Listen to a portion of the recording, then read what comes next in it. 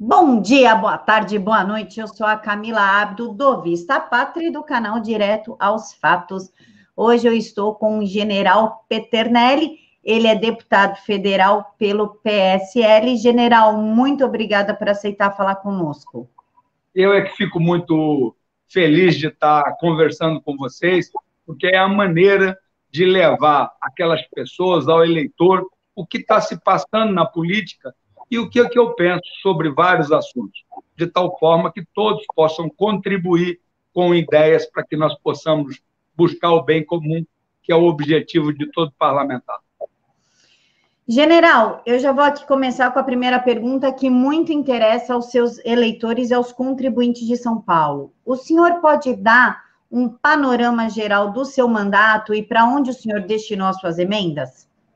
Bom, esse ano foi um primeiro ano, um ano muito positivo.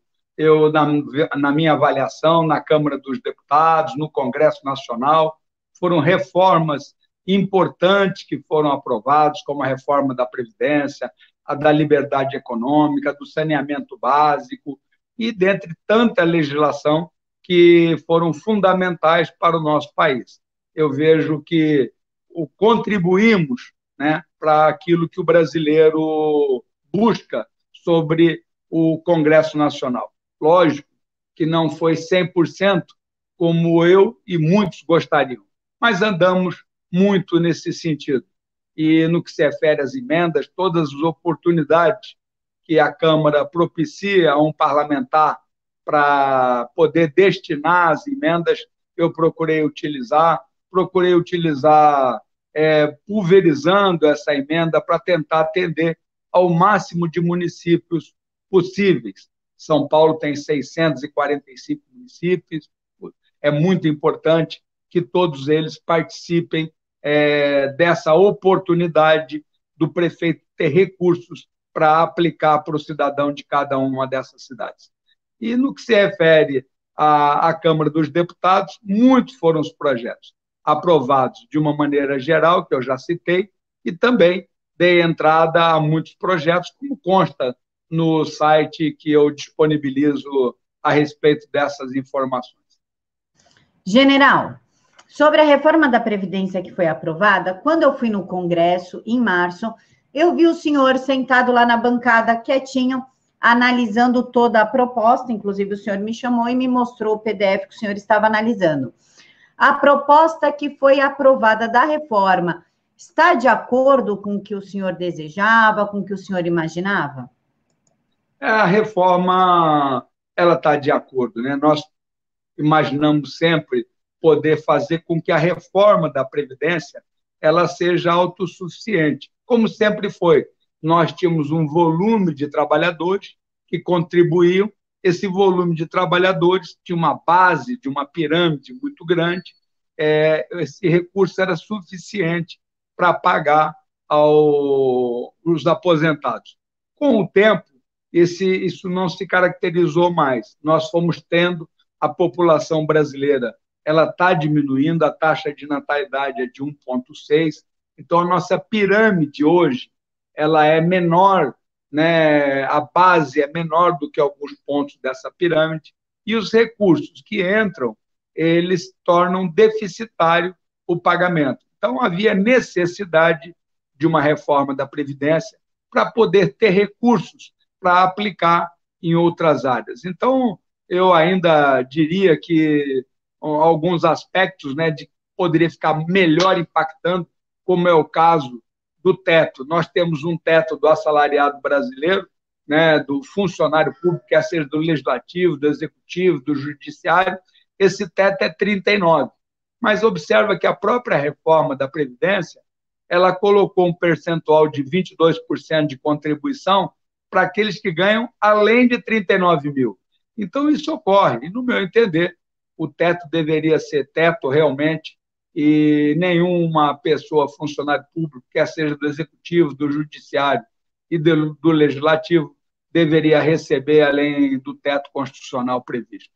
Mas, de uma maneira geral, ela foi muito importante, tanto que essa reforma da Previdência estimulou uma série de outras ações econômicas e uma credibilidade de investimento no Brasil fantástica.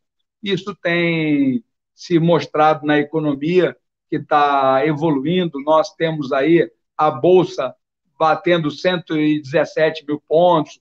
Nunca se esperava que passasse de 100, era um sonho, hoje já superou muito esse índice. Nós estamos com a nossa inflação sob controle, nós estamos com a taxa de juros da Selic em torno de 4,5%, e isso é fantástico. O crescimento que não se esperava que fosse ter crescimento já ocorreu, e uma perspectiva muito positiva para o próximo ano. Isso tudo fruto da reforma da Previdência. Então, eu tenho certeza de que ela foi fundamental para o nosso país e que puxou o sacrifício de todos nós. Vamos agora acompanhar e verificar o que isso daí pode produzir de resultado para o nosso país. General, nós tivemos também a aprovação do pacote anticrime do Sérgio Moro, mas não foi o pacote do Sérgio Moro, foi um pacote que foi fatiado, desidratado. O que o senhor vê, como que o senhor vê a aprovação deste pacote, em especial o item juiz de garantias, que deu tanta polêmica no meio? O juiz de garantias e o pacote anticrime, não resta dúvida que o pacote anticrime ele foi fundamental. O ministro Sérgio Moro tem realizado um trabalho fantástico na frente do Ministério da Justiça, em vários aspectos importantes para o nosso país, e esse pacote veio contemplar. Uma coisa que não foi adequada, no meu ponto de vista, foi o juiz de garantias. Ele foi colocado na Câmara e passou no Congresso. O Congresso queria retardar sobre esse ponto de vista do juiz de garantias e acabou não ocorrendo, e ele acabou sendo agora transformado em lei. O que é o juiz de garantias, para que muitas pessoas possam compreender melhor? O juiz de garantias, ele diz o seguinte: um juiz que autorizou a Polícia Federal a fazer uma busca, a fazer uma apreensão, a fazer uma escuta, a fazer uma investigação, esse juiz que autorizou essa atividade, ele não poderia mais examinar aquele processo. Mas a gente observa que os processos, eles têm um volume enorme, são inúmeras páginas de um processo, e aquele juiz está muito por dentro daquele assunto. Quando ele, então, esse juiz de garantias, ele tem que passar todo esse processo para um outro juiz, na mesma instância. Então, eu costumo dizer que nós estamos trabalhando para que, através da PEC 199, que fala da segunda instância, estamos trabalhando para que o judiciário brasileiro, ao invés de termos 4 instâncias, nós possamos ter 2 instâncias. E nós acabamos criando, todos nós somos responsáveis por isso, eu votei contra, e vários, está disponível na internet, contra o juiz de garantias, porque nós criamos um 5º nível, exatamente entre o primeiro e o segundo, onde está o juiz de garantia. E isso vai tornar o nosso judiciário mais lento. Você tem esse volume enorme de milhares de páginas de um processo, um juiz que está por dentro, porque ele autorizou as atividades, ele vai ouvir a escuta. Se a escuta não tiver problema nenhum, ele vai analisar. Se tiver problema, ele vai colocar. Mas com isso daí, agora ele tem que passar todo esse conhecimento para um novo juiz, que vai começar a estudar todo o processo. Isso daí vai retardar, uma 5ª instância, e vai retardar o judiciário brasileiro, e muitas ações podem não chegar, vão acabar prescrevendo pelo tempo que vai levar para ser analisado. Então, filosoficamente, o contexto pode ter a sua justificativa, mas em termos práticos, ele não deveria ocorrer. O juiz de garantias é a 5ª instância do judiciário brasileiro, o que, logicamente, não é aquilo que a população deseja, que é ter uma justiça eficiente, célere e eficaz, na qual a pessoa que foi analisada, que foi julgada, é punida por esse ato. Então, o juiz de garantia ele vai contra esse aspecto. E todos nós somos responsáveis por isso daí. Mesmo aqueles que votaram contra o juiz de garantia, nós não tivemos a capacidade de convencer, né, os demais parlamentares de que isso não era uma coisa adequada para o Brasil neste momento. General, ainda sobre as reformas, a última pergunta sobre reforma é a reforma tributária que vai acontecer agora no ano de 2020. O senhor pode dar um panorama de como está, qual é a proposta e o que vocês pretendem aprovar? A Câmara tem duas propostas tramitando, a PEC 45, que é na Câmara, e tem também uma outra proposta tramitando no Senado. Já se criou uma comissão mista para analisar essas duas propostas. Essas propostas elas vão simplificar, elas tratam do PIS, do CONFINS, e tratam do ICMS e do Imposto sobre Serviço, transformando todos eles num imposto único, denominado IVA, e na Câmara a denominação é IBS, Imposto sobre Bens e Serviços.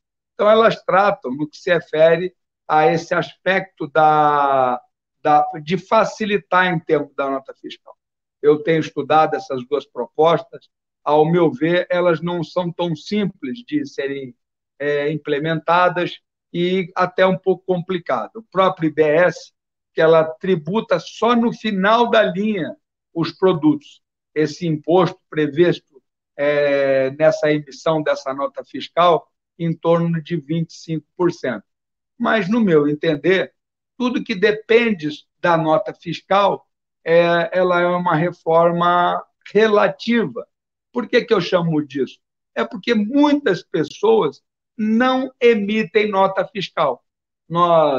É comum, por isso até que eu apresentei a emenda número 20, emenda substitutiva número 20, a PEC 45, para que eu possa colocar um ponto de vista. Essa PEC ela tem como base a proposta do Marco Sintra. Eu digo pelo seguinte, você vai em feira de rua, não tem nota fiscal. Você vai nos shoppings populares aqui em São Paulo, esses shoppings populares normalmente não emitem nota fiscal. Você vai aqui na própria Paulista, né? Tem lá aquele shopping das lojinhas, eu comprei ali um trocador de transparência, pedi a nota fiscal, a dona da lojinha virou e falou assim, aqui não se emite nota fiscal. Então, você faz uma reforma no imóvel, não tem nota fiscal. Você compra muitas vezes um animal, um cachorro, um cavalo, não tem nota fiscal. Você vai nesses mercados, na economia informal, nada tem nota fiscal. Então, nós temos um volume grande que não emite nota fiscal. Eu poderia ficar listando um volume muito grande, a economia, o próprio contrabando, a economia informal e outras coisas. Então, eu não acredito que a reforma que dependa da nota fiscal seja a melhor reforma para o nosso país. Porque muitas vezes você compra um apartamento por 1 milhão, você quer passar o apartamento por 700 para pagar menos impostos. Mas 1 milhão você pagou. Então, essa condição da transação financeira, ela sempre ocorre, né? E você colocando, como é o caso do IBS, colocando 25% na ponta da linha, eu acho que vai ser um estímulo até a própria sonegação, porque a pessoa vai vender determinado projeto, determinado item, determinado bem, vamos dizer que ele custe 10 mil, olha, mas se você não quiser nota, cai para 7.500. Então, é um problema muito sério. Então, eu acredito a solução para isso é a proposta do Marco Sintra de tributar a movimentação financeira em 2,5% no crédito e no débito, e com isso daí acabar com todos os demais impostos que tem no país. Só 2,5% no crédito e no débito seria suficiente para o que nós arrecadamos no período de hoje. E esse dinheiro, ao ser arrecadado pelo banco, na mesma hora vai executar o que se fala tanto do Pacto Federativo. Vai mandar 30% para a União, hoje é 67%, vai mandar 30% para a União, 30% para o Estado, 30% para o município. Tem até um resumo de uma única folha que consta na página na internet que explica isso. Daria 90%. 10% iria para o Congresso aplicar naquilo que ele julga oportuno, como as políticas regionais do Nordeste, da Amazônia, do nosso norte do país, também dos fundos, né, para a educação, fundos de município, todos os fundos que julgarem oportuno poderia estar contemplado nessa distribuição. E isso está constando dessa emenda substitutiva número 20.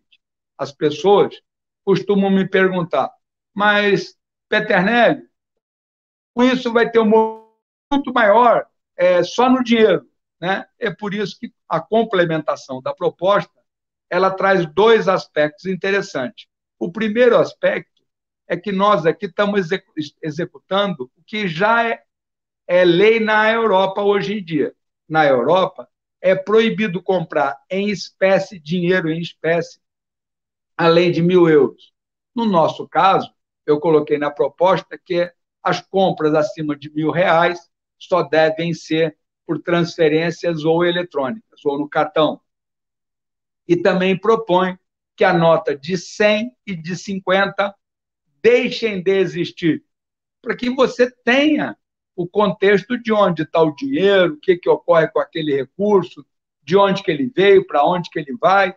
Então, você praticamente só deixa a nota pequena no país. Isso daí dá muito mais transparência em todo o processo. Você repara que, dessa forma, os municípios e o Estado vai ter muito mais recursos do que tem atualmente. E não teria que ir pedir para o parlamentar.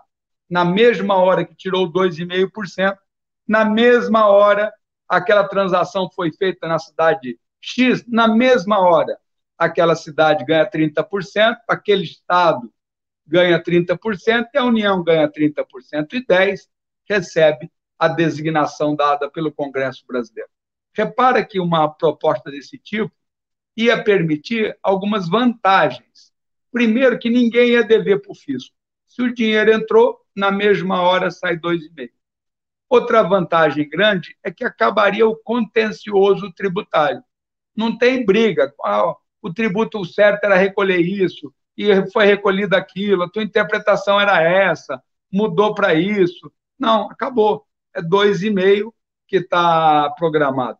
Você acabaria acabando com a nota de 50 e 100 com a corrupção, em vários aspectos, né? Não teria o dinheiro estocado em mala ou em apartamentos. Você também, executando essa cobrança pela movimentação financeira, você acaba, quando eu falei que acabava com todos os impostos, mas o importante, que eu deixei de comentar, é que você acaba com a nota fiscal. A nota ela só seria de compra e venda. É uma garantia de quem comprou e de quem vendeu, mas não teria finalidade fiscal. Então, também não vai ter o fiscal que vai lá, né, na loja e pode, eventualmente, apresentar uma proposta que não seja de acordo ou praticar um contexto de corrupção, o que é inadmissível. Então, esse contexto acaba. Esse imposto também que eu propus, ele permite que você cobre dividendo. Quando uma empresa passa um recurso para alguém, ela vai pagar 2,5%, quem recebeu vai pagar 2,5%, e quando ele gastar, vai pagar 2,5%, o que dá aproximadamente 8%, né, sobre os dividendos. Ele também permite não cobrar do mais pobre. Você pode dizer, olha, esses CPFs que recebem Bolsa Família ou que recebem menos de R$ 1.000 por mês, banco, não desconte o 2,5%. Então, essa é uma proposta que realmente não cobra dos mais pobres. Ele também tem uma série de vantagens. Você também diminui a criminalidade, porque o dinheiro fica muito mais rastreado, fica muito mais visível a todos que estão contribuindo. No site tem lá outras vantagens, não quero me alongar, que eu sou apaixonado por esse contexto de tributar a movimentação financeira e acabar com todos os demais impostos, inclusive com a nota fiscal. Então, apresentei a proposta de emenda número 20, está disponível na Câmara. Numa única folha, você faz uma reforma tributária. E as pessoas perguntam, tá, mas como é que vai implantar isso daí? É uma nova CPMF? Não, não é uma nova CPMF, não é um novo imposto. A implantação é muito simples. Se você pegar, eu estou falando que seria 2,5% na transação financeira. 10% de 2,5% seria 0,25%. Você coloca 0,25% sobre a movimentação financeira, o imposto sobre movimentações financeiras, e na mesma hora você diz, todos os demais impostos estão abatidos de 10%. Então, você substituiu 10% de todos os impostos por 0,25% da movimentação financeira. E vai ajustando. Verificou o arrecadado, correspondeu. Então, vamos passar para 0,50%. Quando você passar para 0,50%, você vai dizer, todos os demais impostos ficam abatidos de 20%. Então, você vai substituindo os demais impostos até que você fique somente tributando a movimentação financeira. E como é uma baixa incidência, é fácil. E também você permite, isso para exportação, você permite cobrar uma conta, que ela não é deduzida, porque você normalmente não exporta imposto. Você pode dizer, o produto que vai ser exportado, que é adquirido nessa contabilidade, nessa conta bancária, não é descontado 2,5%. E, por outro lado, ele também é tão flexível, tão bom, que permite a você fazer um imposto seletivo. Você pode dizer, olha, hoje o cigarro paga em torno aí de 70%, 80%. Você pode dizer, olha, na conta que a companhia recebe a venda do cigarro, a tributação, em vez de 2,5%, é de 70% simples, sem complicar nada. A bebida, ela também varia ali em torno de 25% a 30%, a 50%. Você pode dizer que a bebida, então, vai pagar 40% de imposto. Então, as companhias que recebem o recurso, na conta que ela recebe, ela vai pagar 40%.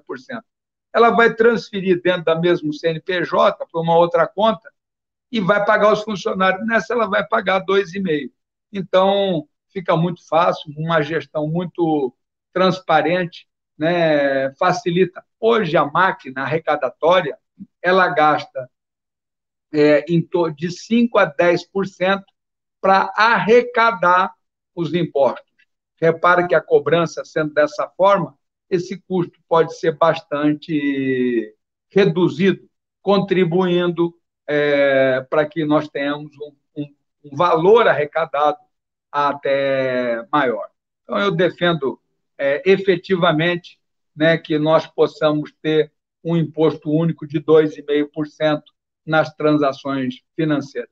Acho que o imposto baseado só na nota fiscal, dependendo das pessoas terem que emitir a nota, ele não vai contemplar aquilo que nós desejamos, que todos desejam, que é todos paguem o imposto devido da transação que ele realiza. A própria economia informal vai pagar imposto, o próprio contrabando, ele vê errado, mas o dinheiro para pagar o contrabando vai pagar 2,5%.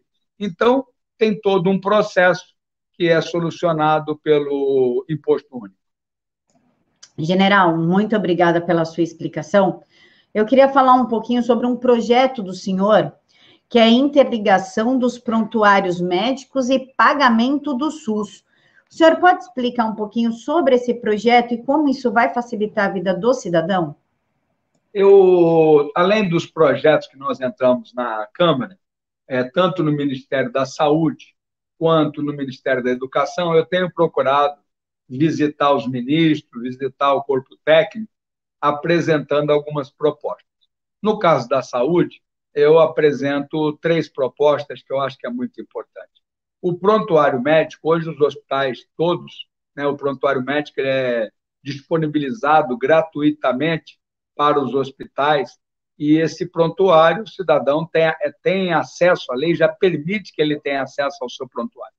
Esse prontuário, então, eu acho que ele deveria ser de mais fácil acesso. Um médico, com o código CRM dele, ele poderia acessar esse prontuário em casos específicos, em especial de emergência.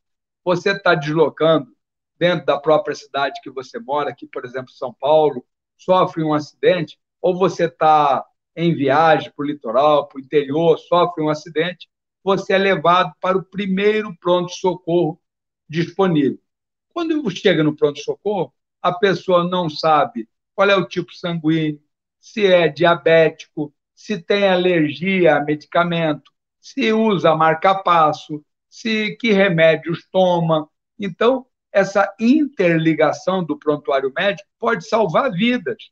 E nós já temos isso. E essa interligação é muito simples.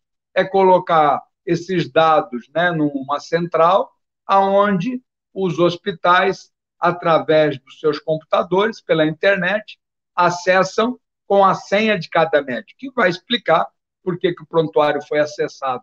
E com isso daí pode salvar vidas. Eu também defendo, quando se estuda o pagamento do SUS, o sistema SUS é fantástico, é um sistema muito bem estruturado que nós temos no país. E o SUS paga aos hospitais conforme os relatórios que os hospitais apresentam. Eu acho que não deveria ser assim. Nesse próprio prontuário eletrônico, quando você vai lá e o médico coloca o código do teu atendimento, se é uma consulta, se é um procedimento, e ele coloca esse código, no meu entender, no extremo direito desse prontuário, deveria automaticamente aparecer qual é o valor que o SUS vai pagar por aquele procedimento. Então, se ele fez uma consulta, vai colocar o código da consulta à esquerda, na direita vai apresentar o valor. E não precisa mais fazer relatório, né? O Ministério da Saúde, a Secretaria de Saúde do Estado e a Secretaria de Saúde do município já sabem, né, o que foi realizado e quanto o SUS está devendo para aquela unidade de saúde. Então, vejo isso muito importante. E outro assunto que eu tenho conversado bastante no Ministério da Saúde é referente à caderneta de vacinação. A caderneta de vacinação, eu que me mudei aí muitas vezes, 34 vezes quando estava no Exército, já me mudei mais 4 ou 5 vezes atualmente, depois que me aposentei, né? E você perde a caderneta de vacinação, você perde todo um histórico de vacina. A minha esposa guardava dela com muito cuidado, eu brinco que parecia um passaporte todo carimbado, todo etiquetado, e na última oportunidade, que há uns 2 anos atrás, que viemos para São Paulo, ela, como sempre, foi procurar fazer trabalho voluntário ali no Hospital Santa Catarina, e lá uma das coisas que pediram a ela foi para poder começar o trabalho de voluntário, além de uma orientação, um curso no próprio hospital, era levar a caderneta de vacinação. Ela veio procurar e, infelizmente, nessa oportunidade, não encontrou. Tomou 12 vacinas novamente. Então, eu vejo, inclusive, quando você tem um desastre, como ocorre muitas vezes, quando uma casa pega fogo, quando inunda, né, você acaba perdendo todo o histórico. Então, no meu entender, a sua caderneta de vacinação tem que estar no teu celular. Você coloca o CPF, né, do seu filho, e ali vai apresentar a mesma fotografia. Então, temos que acabar com o papel da caderneta de vacinação. Se você quiser imprimir na sua casa, colorido, você imprime. Se quiser imprimir num posto médico, precisar do papel, você pode solicitar, mas a escola da criança, pelo próprio CPF das crianças que estão naquela escola, ela vai saber quais as crianças que estão com a vacina em dia e quais as crianças que não estão com a vacina em dia. Então, a caderneta de vacinação online, no meu entender, é um aspecto que vai facilitar muito o cidadão brasileiro. Eu que defendo muito um projeto de lei que eu apresentei e que ele foi apensado a um projeto do deputado Felipe Rigoni, esse projeto que eu batizei de número único. Ele prevê que o CPF seja o único número do cidadão. Hoje, quando uma criança nasce, né, ela já traz na certidão de nascimento o número do CPF. E esse projeto de lei, que já passou em todas as comissões, só depende agora do presidente da Câmara pautar para poder ser analisado e votado, ele prevê que essa criança, quando for tirar a carteira de identidade, né, em vez dela receber um novo número na Secretaria de Segurança Pública de um Estado, hoje, todos nós sabemos, a pessoa pode ter 27 números de carteira de identidade. Com esse projeto de lei apresentado, essa criança, quando for tirar a carteira de identidade, em vez de receber um novo número, ela vai constar o mesmo número que consta na certidão de nascimento, ou seja, o número do CPF. Quando ela, com 16 anos, for fazer o título de eleitor, em vez de receber um novo número, a lei determina que o número do título de eleitor seja o mesmo do CPF.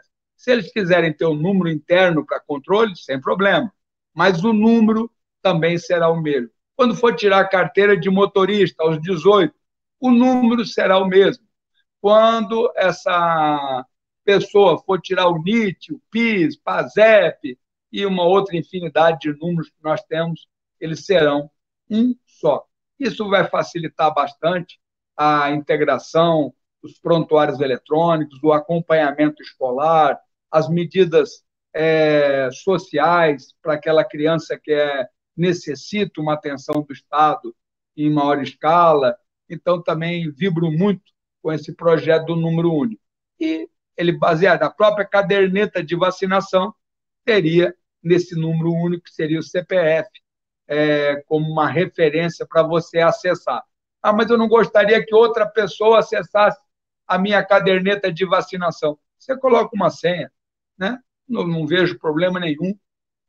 Outras pessoas, se por um acaso tiverem uma curiosidade de saber que vacinas determinada pessoa tomou. Mas se ela não quiser, ela insere uma senha e só ela terá acesso à sua caderneta de vacinação. A mãe, então, olhando para o seu celular, vai poder dizer, olha, recebeu uma mensagem, amanhã é dia de vacinar seu filho.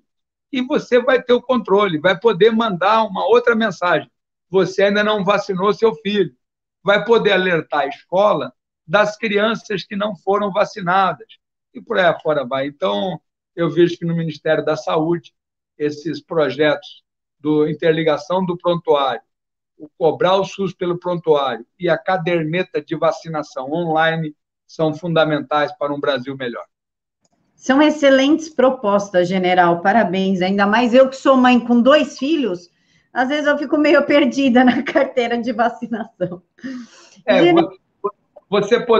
Você, inclusive, além da caderneta, ela vem te informando qual é a vacina que você tomou, ela vai apresentar também aquele tipo esmaecido, né, na corzinha cinza, aquela que você vai ter que tomar. Então, você olhando, você vai saber, olha, minha próxima é essa daqui. E você vai poder, o órgão de saúde vai poder até lhe mandar um SMS, um WhatsApp, alguma coisa que você tenha autorizado para que eles te lembrem, né, de que naquela data é necessário tomar determinada vacina. Isso para mim, em especial, vai ser perfeito. Eu que tenho uma cabeça meio avoada, às vezes perco as datas de vacinação. General, o senhor pode dar um panorama para a gente das suas propostas para a educação? Porque, inclusive, eu vi que o senhor pediu destino de emenda para a área de educação no valor de 5.688.000 e está aguardando a liberação dessa verba para a área da educação. O senhor pode dar um panorama para a gente? A educação é a parte, todos nós, parece um refrão, né? Todo brasileiro diz assim, a coisa mais importante para um país é a educação. E eu não penso diferente, penso da mesma forma. Vejo que a educação é fundamental para o nosso país. Tenho feito lá alguns contatos e já tive conversando com o próprio ministro da Educação, né? Já tive também conversando com o secretário Jânio, que cuida da educação básica. A minha preocupação é essa educação básica que começa aí aos 3 anos de idade e vai até entrar na universidade. Essa educação é fundamental. E eu acompanho, junto com a minha esposa, uma escolinha municipal há mais de 25 anos. E, logicamente, acompanhamos a educação dos filhos. Eu tenho um ponto de vista pessoal, que eu vejo que uma das coisas mais importantes, um grande diferencial entre a escola pública e a escola privada, no meu entender, é o que eu costumo chamar de caderno apostilado. Caderno apostilado é esse material que todas as grandes redes privadas possuem. O objetivo, ele tem aquele caderninho lá espiralado, né, que eu chamo de caderno apostilado. Objetivo, etapa, progressão, positivo. O Colégio Bandeirante, aqui em São Paulo, o COC, e por aí, Poliedro, e por aí fora vai. Então, eu vejo por que o Estado não tem esse material didático, né? E qual é a vantagem desse material didático, Camila? A vantagem dele é que, além do caderno do aluno interativo, que o aluno pode escrever no próprio caderno e tudo mais, a grande vantagem dele é o caderno do professor. O caderno do professor, ele orienta o professor do primeiro dia de aula ao último dia de aula. Então, ele é fundamental.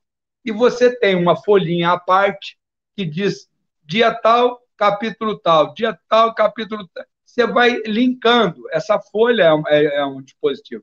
Mas quando o professor olha aquele caderno, ele diz lá, olha, hoje nós vamos trabalhar assim, reúna os alunos, deixa na estrutura normal de carteira. Não, coloque as carteiras de frente duas a duas. Ele começa a orientar o professor de que procedimento. E aí ali diz, olha, agora vamos falar sobre o assunto tal. Ele vem trazendo, e ele traz os exercícios já solucionados para o professor. Se não tem o caderno apostilado, o professor tem que fazer o que se chama plano de pesquisar conforme a orientação do município, do Estado e do MEC, e fazer um planejamento de aula. Com o caderno apostilado, nada disso é necessário. Hoje, tem um detalhe interessante, um professor de uma escola pública, ele pode ter mais de 60 faltas abonadas durante o ano. E, muitas vezes, essas faltas abonadas é porque ele precisa. Um filho ficou doente, ele ficou doente, tem que fazer um tratamento, e é normal, né, vir uma substituta. Chega a substituta na sala de aula, ela começa a perguntar para os aluninhos, o que a professora está dando? Ela já falou disso? Deixa eu olhar o seu caderno. E você? Deixa eu ver o que ela falou. Ela já deu crase? Essa é uma aula perdida. Ela não foi preparada. Se o caderno é apostilado e tem essa folhinha que eu me referi, é 30º dia, capítulo 24. A professora chega na sala de aula, não pergunta nada. Ela começa dando a matéria prevista naquele dia. Esse caderno apostilado, por sua vez, se o aluno não pôde ir à aula, porque ficou doente, porque a condução não passou, porque inundou uma aula, porque a escola mesmo teve um probleminha, ou porque ele mora numa área rural, ele está afastado, não tem problema, ele vai pegar a mesma folha que diz tal dia, capítulo tal, e ele vai estudar em casa. Se não tem isso daí, ele começa a ligar para os amigos perguntando, fotografa o que a professora deu, me manda pelo WhatsApp, pede para um outro, aí pega essas fotos todas e tenta fazer um resumo próprio. Perda de tempo. O caderno apostilado favorece essa atividade. O caderno apostilado, ele favorece também as transferências. Muitas vezes, uma pessoa está estudando na escola municipal e está com Aquecetuba, mas o pai comprou uma casinha em Guararema. Ele muda para Guararema, muitas vezes mudou o município, muda tudo. Não pode. Né? Se você sai de um colégio etapa, positivo, do Rio Grande do Sul, e vai morar lá no norte, e se no dia seguinte você estiver na aula, você vai estar exatamente no mesmo ponto. Então, nós precisamos, eu não entendo por que nós não temos esse caderno apostilado, e facilita, então, a transferência. Ele pode sair de Guararema para Itacoaquecetuba, pode sair de Ubatuba para São Paulo, e por aí fora vai, sem ter solução de continuidade. Você também elimina as diferenças. Na mesma escola, muitas vezes tem uma professora boa e tem uma professora não muito boa. Todo mundo quer ir para a boa. Com o caderno apostilado, você padroniza melhor essas condicionantes. Né? O caderno apostilado, ele também favorece a escola de período integral. O que eu quero dizer com isso? Na parte da tarde, não precisa ser uma professora, uma estagiária com o caderno do professor vai fazer a lição de casa. No caderno dela está tudo resolvido e tem a orientação de como ela deve conduzir, né, a lição de casa. Vai reunir em grupos de 4, vai mandar fazer o exercício de 1 a 10, vai sortear entre os alunos para mostrar como que foi, vai escrever no quadro. Quando a criança vai embora no final do dia, ela ficou de manhã, tomou café, almoçou, tomou um lanche à tarde e já vai para casa com a lição de casa feita. Né? Além da lição de casa, a escola de período integral vai também aproveitar para reforçar estudos em idiomas, na parte artística, na parte de educação física. Então, o caderno apostilado facilita esse período de escola integral. Caderno apostilado também favorece locais que, muitas vezes, uma aldeia indígena, né, tem lá o professor, mas ele dá aula no que se chama sala multisseriada. Naquela salinha, você tem primeiro ano, segundo ano, terceiro ano e quarto ano. Eu já vi isso muitas vezes. Você lá na parte, né, tem um contexto necessário para alterar isso daí. Então, é possível você executar essa atividade de uma maneira mais adequada. Então, eu defendo muito esse caderno apostolado, tem outros aspectos de vantagem sobre o mesmo. E o que eu quero que o MEC providencie? Eu quero que o MEC providencie eletronicamente esse material na internet. Né? Hoje eu vejo que prefeituras que querem usar um material dessa qualidade fazem uma licitação para ver desses que eu citei qual é o que está mais barato. Esse caderno, se ele tivesse digitalmente lá, a prefeitura só imprimiria. Por isso que eu digo que na capa do caderno ainda deveria ter um quadradinho no canto inferior esquerdo, né, lá um 5x8, um espaço para propaganda. Que propaganda é essa, Peternelli? É que se você tem um mercadinho numa cidade e ela quer imprimir a apostila do primeiro ano, ela pode, nesse quadradinho, colocar a logomarca do supermercado.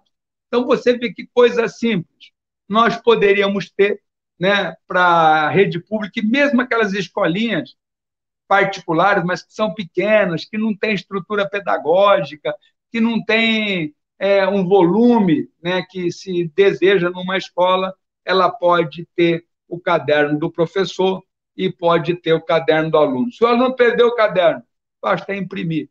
Uma outra vantagem desses sistemas, eu não sei se você sabe que hoje na rede pública, no ensino médio, por exemplo, um livro, ele vai durar 3 anos. Usa um aluno, depois um segundo aluno, depois um terceiro aluno. Então, você está no ensino médio, você usou o livro pela primeira vez, você não vai ficar com ele, você vai passar para um outro aluno. Só que eu pergunto, e quando você for fazer o Enem, o vestibular, você vai estudar onde? Você tendo o caderno apostilado, ele vai ficar com você, você anotou, você colocou aqueles etiqueta na lateral para buscar os assuntos, para facilitar o estudo. Então, eu tenho defendido muito, junto ao Ministério da Educação, o que se chama caderno apostilado, para que ele seja disponibilizado na internet. E também facilita a vida dos pais, né? Porque a gente consegue acompanhar melhor os filhos. Eu também tinha essa dificuldade. Eu acompanhei, né, meu quarto filho, ele era um pouco preguiçoso, muitas vezes, de anotar, e eu perguntava que matéria foi dada, o que o professor falou, né? E a gente ficava um pouco perdido. O que vai cair na aula, né? E você repara que esse caderno apostilado, ele pode, facilitando o aluno da escola pública, ter a folhinha de fórmula, ele pode ter os resumos, ele pode ter uma série de orientações, né, em que a pessoa, estudando por ele, vai competir em condições de igualdade com um colégio particular. Então, eu defendo bastante esse caderno apostilado para a educação brasileira. Eu acho que ele vai ser um diferencial muito grande. Eu não quero me alongar muito falando sobre isso, mas Singapura, por exemplo, que é o primeiro lugar no PISA atualmente, a China, também usam esse método Kumon, também usa caderno apostilado. Então, a gente observa que o caderno apostilado é uma boa sugestão para nós termos nas nossas escolas públicas. General, olhando o seu informativo e site, eu vi que o senhor é bem ativo na área do meio ambiente, inclusive o senhor faz parte da Frente Parlamentar em Defesa da Amazônia. O senhor me passou uns dados nos bastidores, inclusive um projeto do senhor em que permite que o índio explore os minérios da sua região, já que nós sabemos que tem muitos índios aí em situação deplorável, né, em situação de miséria. O senhor pode falar um pouquinho sobre a sua atuação nessa frente parlamentar, o que o senhor defende para a Amazônia e na questão do índio? No que se refere ao... Vamos começar primeiro falando sobre o índio. Na área do indígena, nós observamos que nós temos... o índio detém 14% praticamente do território brasileiro. Só que fica uma ideia de que nesse 14% ele não pode fazer nada. Então, o índio passa, como você mesmo comentou, passa a situação de dificuldade, passa a situação de miséria, né? E não pode executar nada na sua área. Eu vejo que hoje eu tenho difundido para várias lideranças indígenas que me procuram, para várias aldeias, né? De que plantar em área indígena, cumprindo a legislação ambiental, não tem nenhuma restrição da legislação. Então, tem estimulado o próprio índio a executar essa atividade. Não é só o meu caso, os próprios índios parecis, eles plantam soja no Mato Grosso. Esse ano, segundo dados, vão ter mais de 50 milhões bruto sobre o arrecadado com a soja. E isso é espetacular, ele vai sair de uma condição de miséria para uma condição adequada financeiramente, vai poder propiciar alimentação adequada, estudo adequado aos seus familiares. Então, nós temos índios lá em Rondônia plantando café de uma maneira espetacular.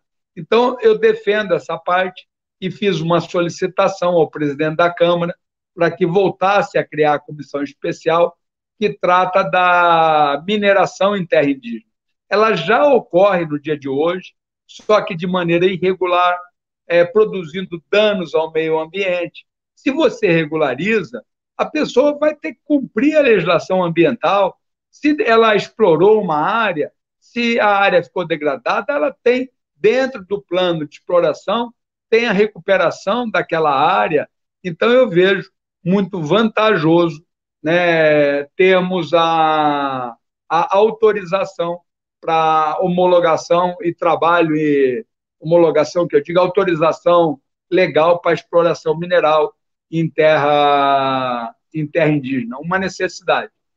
Então, no aspecto do índio, eu entendo o índio como um irmão, eu quero para o meu irmão o melhor possível, né? Se ele não quer, não, eu quero continuar vivendo aqui da caça e da pesca, é um direito que lhe assiste, né? E não tenho restrição nem nenhum ponto de vista. Mas se ele quer educar os filhos, se ele precisa lá formar pessoas especializadas na área médica, enfermeiros, dentista, médicos, né? Eu não vejo motivo do índio não participar dessas atividades. Eu costumo dizer que São Paulo é a área de maior influência indígena, né? Como São Paulo? Digo, olha, a cidade de São Paulo, num grande percentual, talvez aí em torno de 80%, nós temos um vínculo de nome indígena. É Ubatuba, Caraguatatuba, Taubaté, Pindamonhangaba, Guaratinguetá, Guarulhos, nós temos ali Ilha Porchá, nós temos, né, aqui Itu, Jundiaí, Pirassununga, tudo é nome indígena, muita gente nem sabe desses aspectos. Se pensar nos bairros de São Paulo, na questão indígena, a influência foi muito grande, e eles se integraram na sociedade. Os nomes daqui, se nós pensarmos nos estádios de futebol, né, nós temos Pacaembu, nome indígena, Morumbi, Canindé. Se nós pensarmos nos aeroportos, né, Congonhas, nós temos lá Guarulhos, tudo. Se pensarmos os nomes dos bairros, Ipiranga, Ibirapuera, Boimirim, Cambuci, Moca, Pacaembu, e por aí fora vai. Nós temos lá Jaraguá, nós temos um volume. Se pensar num bairro paulista, a probabilidade de ser um nome indígena é muito grande. Então, eu vejo que os índios, essa referência de São Paulo, ela é muito positiva, né? Do índio integrado à sociedade como um todo, é muito importante. E ele tendo toda essa estrutura, vejo que muitos locais o índio já está produzindo efetivamente, eventualmente comento até de uma viabilidade de ter um fundo nacional indígena, de tal forma que aquela reserva que tem ouro, que produz, que tem melhores condições, pudesse ter um recurso, não é para a autoridade usar o dinheiro, não, é para repassar para aquele outro índio que a área demarcada dele não lhe permite executar uma atividade econômica relevante. Então, vejo que o índio é um contexto brasileiro, é um irmão brasileiro, e nós temos que buscar para o índio aquilo que nós queremos para os nossos filhos, aquilo que nós queremos para o futuro do país. Então, dessa maneira, sempre que tem uma causa que envolve o índio, eu procuro estudar e contribuir da melhor forma possível para o índio. Além do índio, você também comentou a respeito do meio ambiente. E eu costumo, até tenho distribuído informativos, esse contexto do meio ambiente, que nós estamos botando fogo na Amazônia, que isso, que aquilo, vai ficando uma série de ideias erradas a respeito do Brasil e do meio ambiente, né? E eu fiz até um folhetim que chama Brasil, Referência Mundial em Meio Ambiente.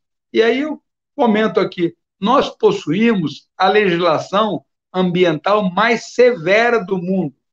Qualquer país europeu, né, ou num outro continente que tivesse a nossa legislação, economicamente ele se tornaria inviável.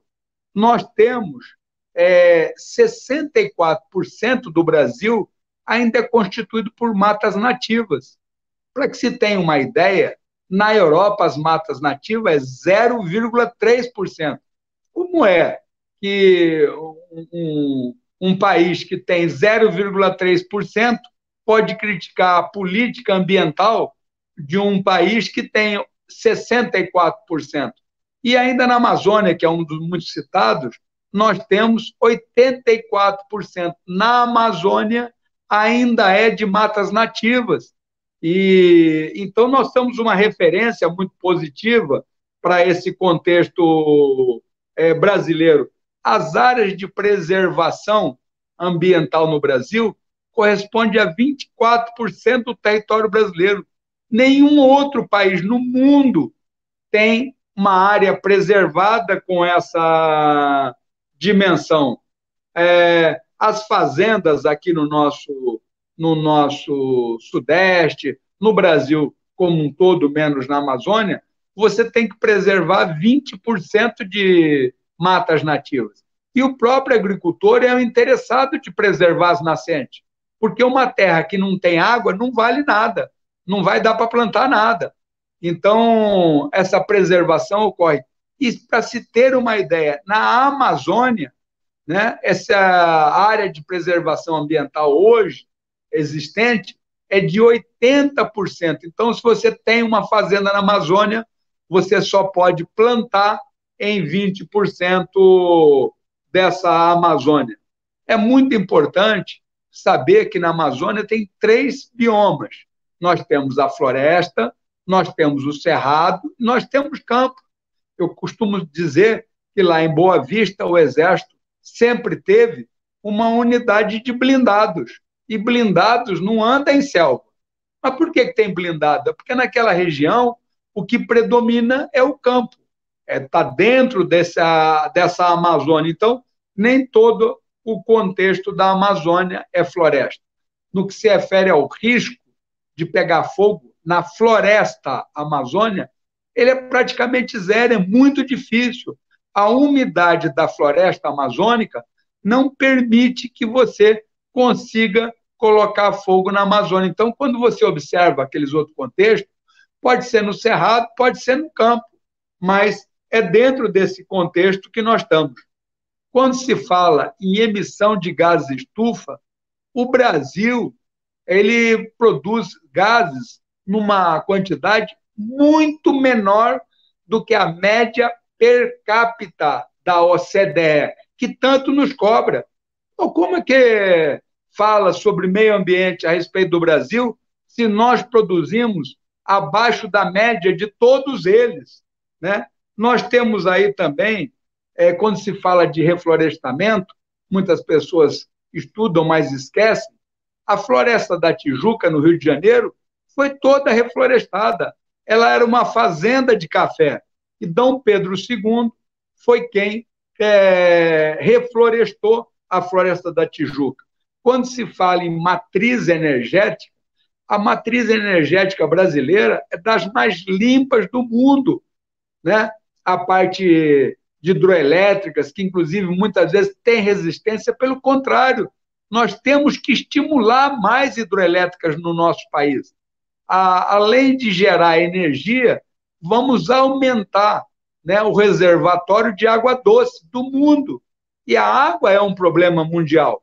Então, nós vamos estar contribuindo com o meio ambiente, com o aumento da quantidade de água. Então, essa energia, essa matriz energética nossa, pela parte eólica, pela energia solar, é uma referência. Na Europa, o que se predomina em termos de energia é a produzida pelo carvão e pelo petróleo. Eles pouco têm em termos de energia renovável. Como é que podem falar do Brasil em termos de energia? Nós temos, além desse contexto aí, Itaipu é a maior produtora de energia renovável do mundo. A atividade que Itaipu desenvolve no seu entorno é referência e é premiada pela ONU. Mas a gente sempre quer mostrar uma foto de um ponto que está queimando. E fica aquela imagem na população brasileira. E não é isso. Nós temos, né, a Amazônia Legal, são 52 milhões de quilômetros quadrados. Só de Amazônia nós temos 61% do território brasileiro. Então, uma preocupação de todos nós, a preocupação com a nossa Amazônia. O aumento da participação de biocombustível na matriz energética, né, tem crescido, através do RenovaBio, em torno de 18%. Olha que maravilha! Nós, no que se refere à agenda urbana do meio ambiente, ela é uma referência para o mundo. Nós temos que nos preocupar, além de da parte da Amazônia, de todo um contexto que ela pode nos propiciar, nós temos que nos preocupar, por exemplo, aqui em São Paulo, é com o lixo que vai para o Tietê e para o Rio Pinheiros, é não jogar o copo no chão, é de preservar, é de dar a condição adequada, é essa agenda urbana que estamos trabalhando. O Brasil também, para que se tenha uma ideia em termos de meio ambiente brasileiro, o Brasil é o campeão mundial na reciclagem de latinha de alumínio. Nós reciclamos 98% das latinhas de alumínio. O motor a combustão a álcool é o motor a combustão menos poluente do mundo. Olha que referência positiva para o nosso Brasil. E a nossa gasolina, como ela tem 25% de álcool, né, ela é a gasolina que menos polui no mundo. Né? Nós, cada vez, estamos aperfeiçoando a estrutura para poder contribuir com esse meio ambiente, na qual o Brasil é uma referência mundial, referência positiva, e fica se passando uma imagem de que é o contrário. O Código Florestal Brasileiro é uma das legislações ambientais mais avançadas do mundo, por suas características de preservação. Nós temos aí um desmatamento anual que está dentro da média dos últimos 20 anos. Parece que esse ano o Brasil pegou fogo. Não, a média, nós tivemos muitos anos que tivemos um volume muito maior. O que ocorreu nesse ano está na média dos últimos 20 anos. As plantações no Brasil, a nossa agricultura, que é tão criticada, ocupam somente 8% do território. Nos países europeus, a média é de 40% a 60% da ocupação. Então, você verifica que, muitas vezes, nos criticam, mas o Brasil é uma referência positiva para todo o contexto brasileiro. Gostaria também de falar sobre os focos de queimada na Amazônia Legal. Também está dentro da média. Se pegar os últimos 20, tirar a média, nós vamos ver que estamos dentro desse contexto, dessa média que nós estamos executando. Né? O Brasil participa dos principais acordos globais na área ambiental.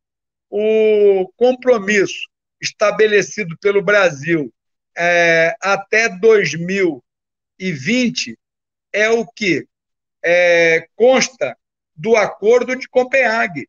E nossa meta já está praticamente atingida. O Acordo de Paris, assinado e ratificado, com metas para 2030, nós, faltando aí 10 anos, nós já atingimos 90% dessas metas.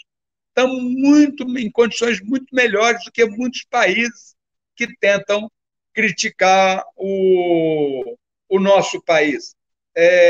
O Brasil tem sofisticados sistemas de monitoramento para toda a Amazônia, através do INPA, através da Embrapa, através do IBGE, através do Sensipan e através do CISFRON. Né? Então, nós estamos lá preocupados e monitorando toda essa estrutura ambiental brasileira. O agronegócio é um dos melhores rendimentos na produtividade por hectare do mundo, devido aos estudos específicos desenvolvidos pela nossa Embrapa. Então, hoje, num hectare de terra, o Brasil é um dos que mais produz. O Pantanal brasileiro possui 86,6% da sua vegetação conservada. É um motivo de reconhecimento internacional. Após 35 anos de trabalho, só para se ter uma ideia, o Projeto Tamar devolveu ao mar mais de 25 milhões de filhotes de tartarugas marinhas. O Brasil é a maior reserva de água doce e biodiversidade do mundo. A Amazônia possui mais de 2.000 espécies de peixe. Nós temos 7 a 8 vezes mais do que o continente europeu. Então, o Brasil, no que se refere ao meio ambiente, esses dados todos que eu citei estão disponíveis na internet. o Brasil é uma referência em termos de meio ambiente. Nós precisamos melhorar? Precisamos. Nós damos atenção ao meio ambiente? Damos. Tanto que temos um ministério só com essa finalidade. Mas nós somos, para todos os países, se fizesse ali uma avaliação dos países como um todo em termos de meio ambiente, o Brasil, com certeza, estaria entre os que mais preservam o meio ambiente no mundo. Por isso que eu cito sempre que o Brasil é uma referência mundial em termos de meio ambiente. General, a população começou a pedir a intervenção cívico-militar por conta Fiquei com pouca... Estou te ouvindo muito baixinho. A população tem pedido a intervenção cívico-militar por conta dos mandos e desmandos do STF.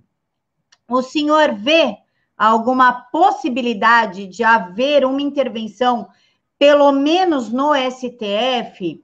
E também se fala muito em desenhar o impeachment do Bolsonaro. O senhor vê essa probabilidade realmente na mesa? Olha, eu não vejo nenhuma possibilidade de intervenção, né, militar em nenhum local. As estruturas democráticas estão funcionando. Eu vejo que a pressão da população em todos os aspectos é fundamental. A pressão sobre o político é o fundamental. Você pode criar leis, você pode montar a estrutura de tal forma que você possa renovar o Supremo Tribunal Federal. Além do mais, de que nos próximos anos já ocorre uma renovação natural desse tribunal, né? Eu vejo que o próprio Congresso tem uma atividade mais intensa atualmente em termos de legislação e vejo que todas as situações funcionando, né? Muitas vezes a gente observa o Supremo tomar uma medida que não é de acordo com a população. Eu acho que também deveria levar em consideração o pensamento da população, mas muitas vezes nós observamos o mesmo Supremo também tomar decisões que estão de acordo com o nosso pensamento, como foi o caso, né, do COAF, em que decidiu que o COAF pode apresentar. Ora, se uma pessoa fez movimentação errada nas suas contas, o COAF pode apresentar, né, as suas sugestões e ali tomar as medidas. E cada um vai explicar o motivo. Não é crime essa movimentação, ela só foi plotada. E aquela proposta que eu apresento da reforma tributária do imposto único, isso fica mais evidente, porque o Estado, o município e a União vão estar recebendo de cada um. O dinheiro fica muito mais rastreado. E eu vejo que não, no momento atual, o que nós temos que estar fortalecendo a nossa democracia.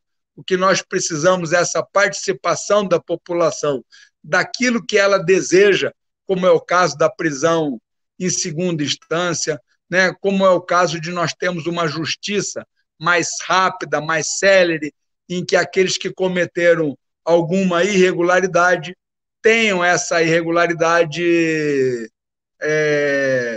punida, né, conforme prevê a legislação, num prazo mais curto possível, até por finalidade da própria educação e da própria estrutura. É como se uma pessoa faz uma coisa errada, né? Eu brinco sempre, se um filho fez uma coisa errada, depois de 10 horas você vai lá e repreende, mas o que eu fiz agora? Não, 10 horas atrás. Imagina que muitas vezes uma legislação vai punir alguém 10, 15 anos depois por medidas protelatórias. Então, isso precisa acabar e a população tem participado bastante nesse sentido e contribuindo para que nós possamos ter o Brasil que todos nós queremos.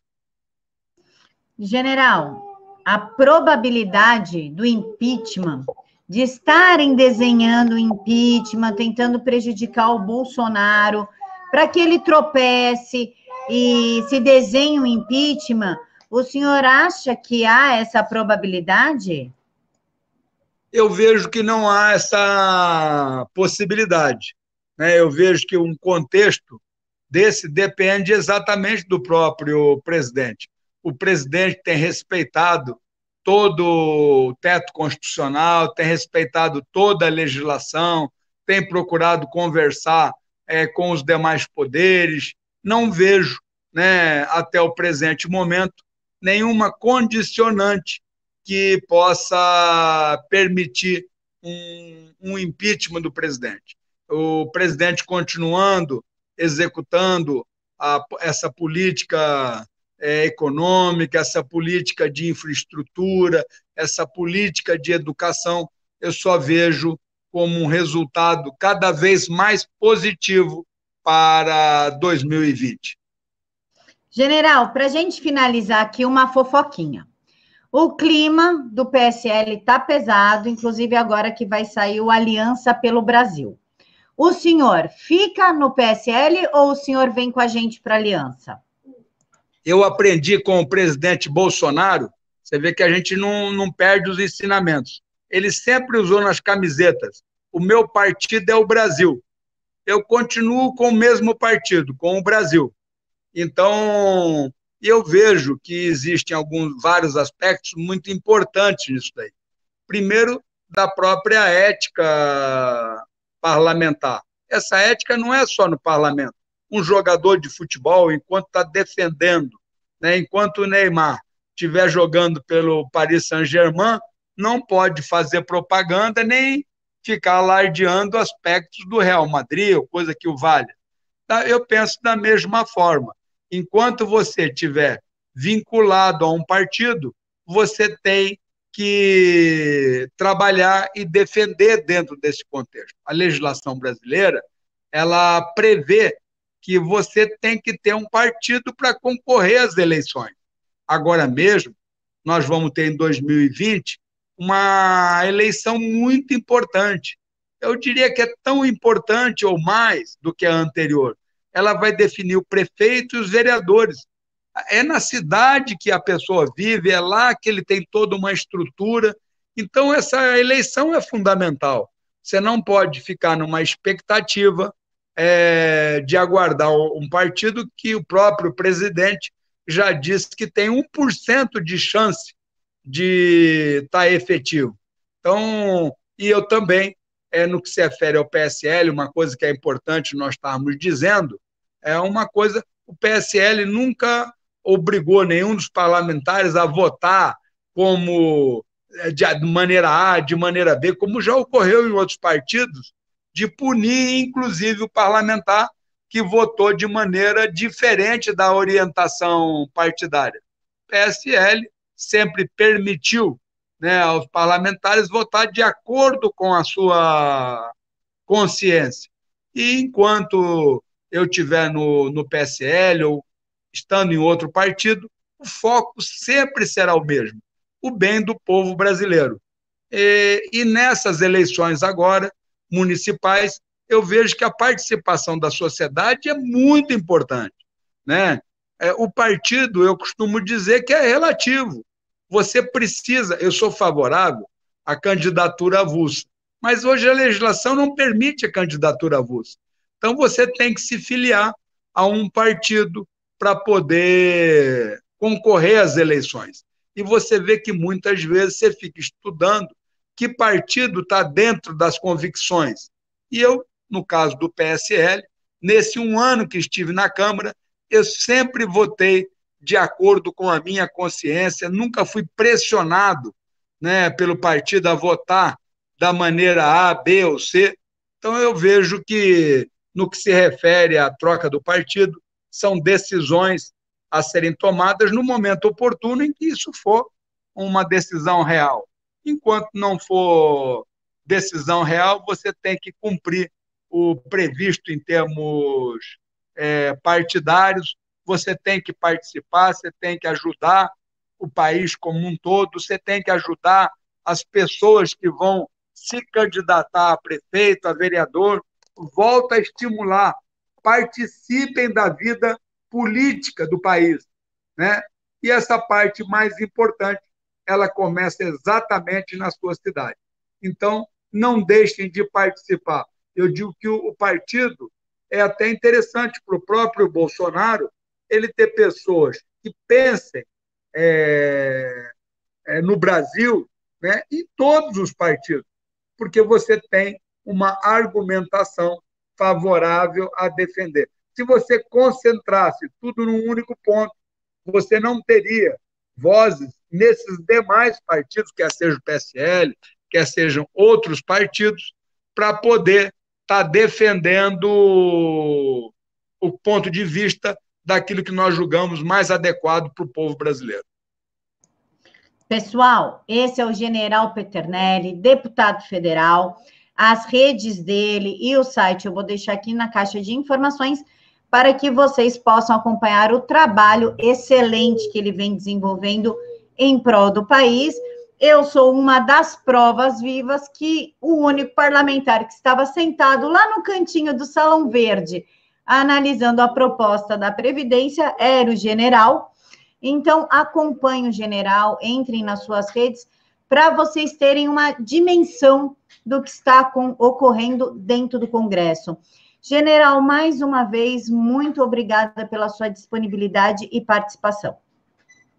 Eu que agradeço, Camila, essa oportunidade. Estou sempre à disposição, sempre disponibilizo meus acessos, telefones, de tal forma que aquelas pessoas que tenham propostas que possam contribuir para o bem comum do Brasil, que eu estou aí exatamente para defender esse ponto de vista. Muito obrigado a você, desejo a todos um excepcional 2020, 2020 é um número até muito interessante, e eu estou bastante otimista, né, com o nosso país, com a política do nosso país. Estou muito otimista com o resultado, com a indústria do país, com a parte comercial do nosso país e com uma educação que, com certeza, vai melhorar. Muito obrigado, Camila. Um forte abraço para todos. Felicidades a todos. Fiquem todos com Deus, pessoal, em que 2020, o único que se faça presente na vida de vocês é Jesus Cristo. Fiquem todos com Deus.